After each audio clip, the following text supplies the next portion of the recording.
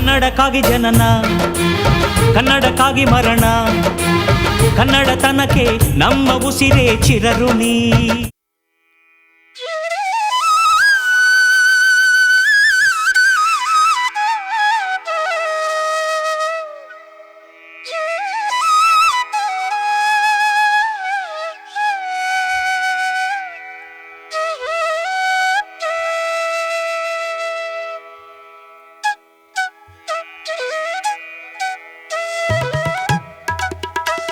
ಕರ್ನಾಟಕ ರತ್ನ ನೀಡುವಂತೆ ವಾಣಿಜ್ಯ ಮಂಡಳಿಯಿಂದ ಮನವಿ.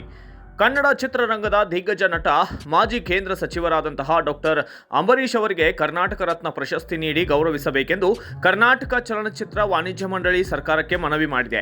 ದಿಗ್ಗಜರು ಕುಚಿಕು ಗೆಳೆಯರೆಂದೇ ಹೆಸರುವಾಸಿಯಾಗಿದ್ದಾರೆ.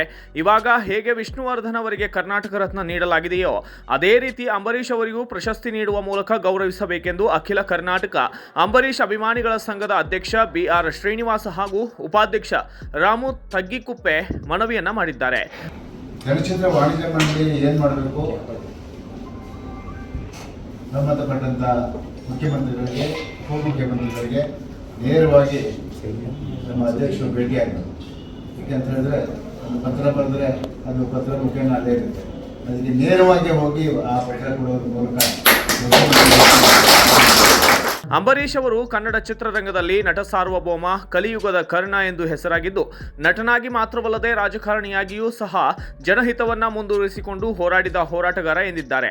ಅಂಬರೀಷ್ ಅವರೊಂದಿಗೆ 33 ವರ್ಷಗಳ ಕಾಲ ಅಖಿಲ ಕರ್ನಾಟಕ ಅಂಬರೀಷ್ ಅಭಿಮಾನಿಗಳ ಸಂಘದ ಅಧ್ಯಕ್ಷ BR ಶ್ರೀನಿವಾಸ ಒಡನಾಟ ಹೊಂದಿದ್ದರು. ಅಂಬರೀಷ್ ಅವರು ಕನ್ನಡ ಚಿತ್ರರಂಗಕ್ಕೆ ಕೊಟ್ಟ ಕೊಡುಗೆಗಳ ಬಗ್ಗೆ ಹಾಗೂ ಅವರ ಸ್ನೇಹದ ಬಗ್ಗೆ ಮಾತನಾಡಿದರು. ಅಂಬರೀಷ್ ಅವರು ಚಿತ್ರರಂಗದ ಗಾಡ್ ಫಾದರ್ ಆಗಿ ಸಹಾಯ ಹಸ್ತ ಚಾಚಿದ ವ್ಯಕ್ತಿ. ಬಡ ಜನರ ಪರವಾಗಿ ರಾಜ್ಯದ ಹಿತಕ್ಕಾಗಿ ಹಲವಾರು ಬಾರಿ ತಮ್ಮ ಸ್ಥಾನ, ಹುದ್ದೆ ಬಲಿಕೊಟ್ಟವರು.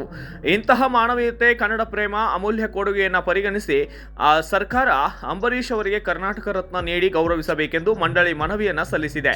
ಈ ಸಂದರ್ಭದಲ್ಲಿ ಕನ್ನಡ ಜನಶ್ರೀಯ ಕ್ರೈಮ್ ವಿಭಾಗದ ಸಂಪಾದಕರಾದಂತಹ ಮಂಜುನಾಥ ಮದಿಹಳ್ಳಿ ಅವರು ಇದೇ ಸಂದರ್ಭದಲ್ಲಿ ಉಪಸ್ಥಿತರಿದ್ದರು.